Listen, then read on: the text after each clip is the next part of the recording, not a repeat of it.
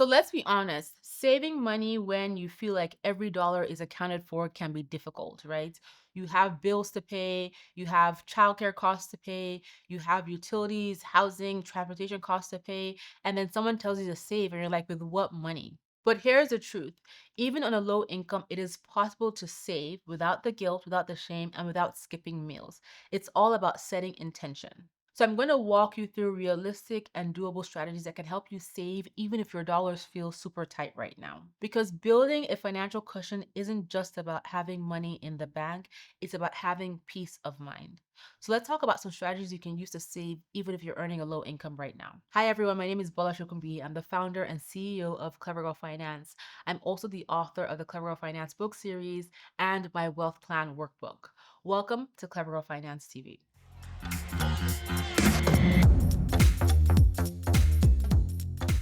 So let's talk about how to save money if you are earning a low income right now. Number one, set a small starter goal. So if you have a low income, forget about the idea that you need to save $5,000 or $10,000 or even $1,000 right now. The key to staying focused and staying motivated to achieving a savings goal when you're earning a low income is to start with a small starter goal.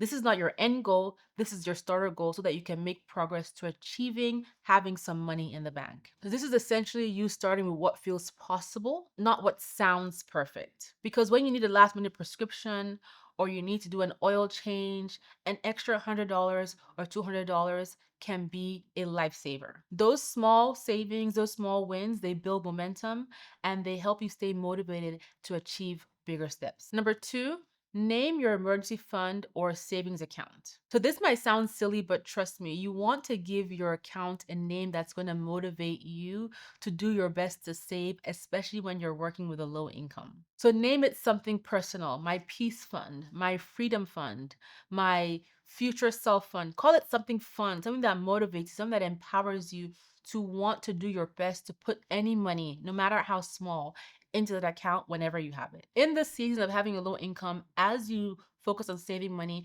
make sure that you're putting that money in a credit union or in a bank account that has no fees whatsoever. The last thing you want to do is have fees being pulled out of your account when you're struggling to put money aside. Number three, automate tiny transfers. So many banks will allow you to move small amounts of money, right? A lot of times people don't save because they feel like they need to have $100. They need to have $500. But you can automate those small amounts of money, like $5 every time you get paid, $10 every time you get paid, or $5 a week. I promise you, over time, over weeks and months, those amounts do add up. So if you can spare $5 a week, $10 every 2 weeks, $10 a paycheck, automate it, set it and forget it, and let that money just come out and get put towards that savings account that you are building.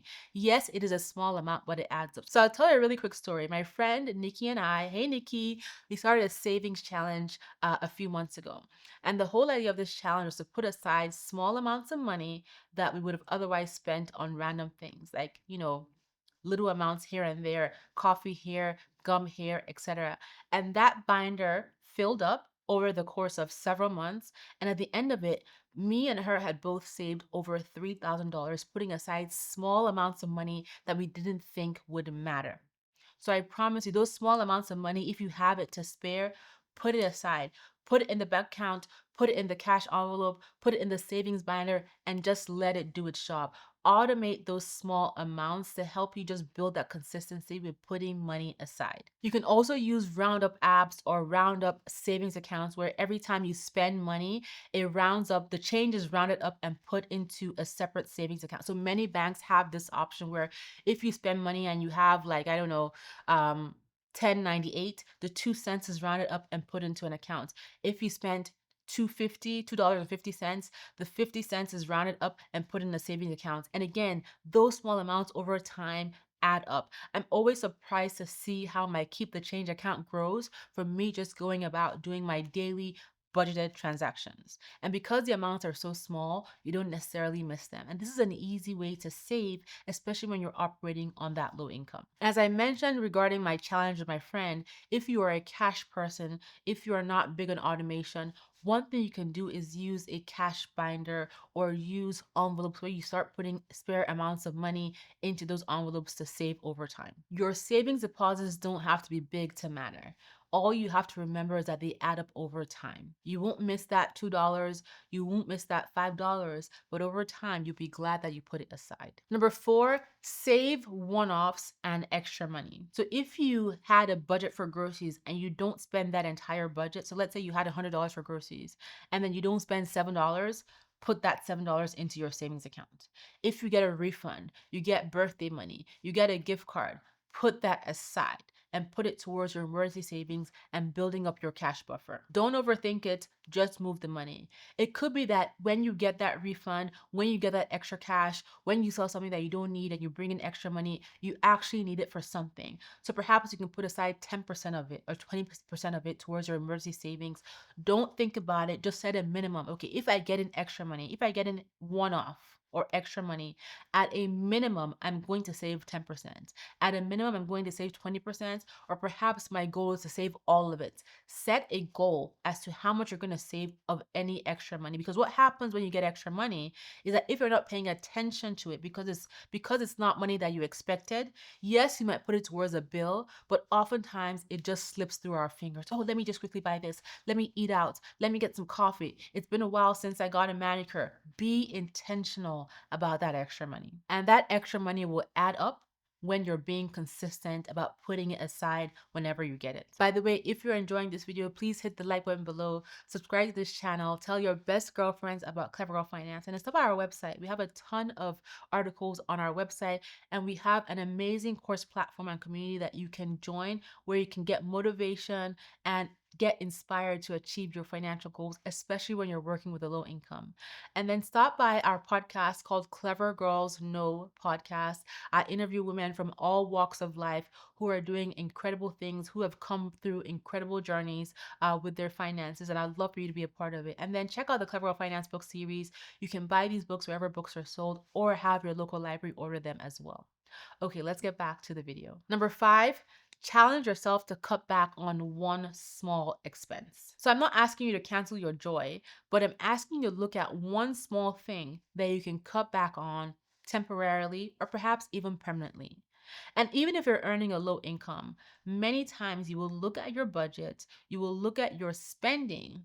If you go through your bank statements for the last few months, and you will find an expense that maybe you don't necessarily need to have in this season, especially when you want to prioritize saving money. So, for example, things that you can cut back on could be one less takeout night, right? So, if you find that you're ordering food multiple times a week, do it one less time.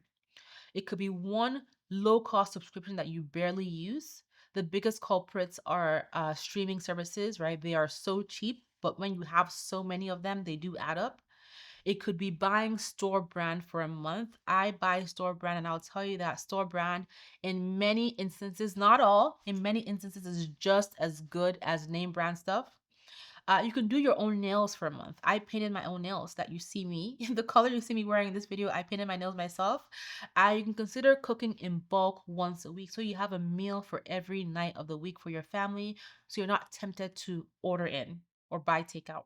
So those are some small expenses you can consider cutting back on. And then with that extra money, you want to direct it to savings immediately.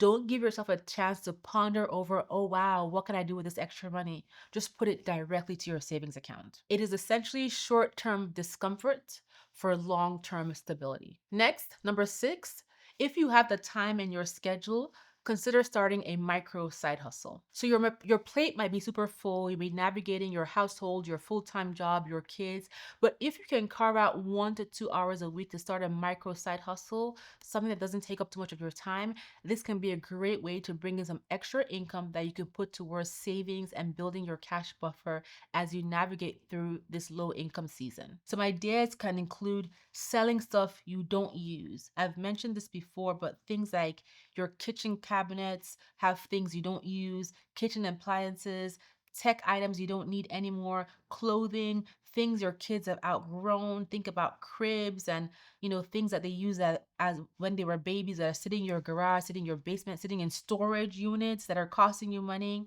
You can do simple freelancing tasks, for example, admin tasks, graphic design, tech support. You can find these gigs online on platforms like Fiverr or Upwork.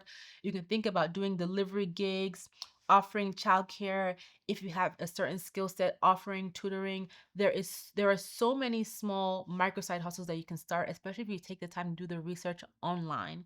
And so these are things that you can explore to bring in some extra income. You want to find something that you can do, that you have the skill set to do, that doesn't feel like it's imposing on your life.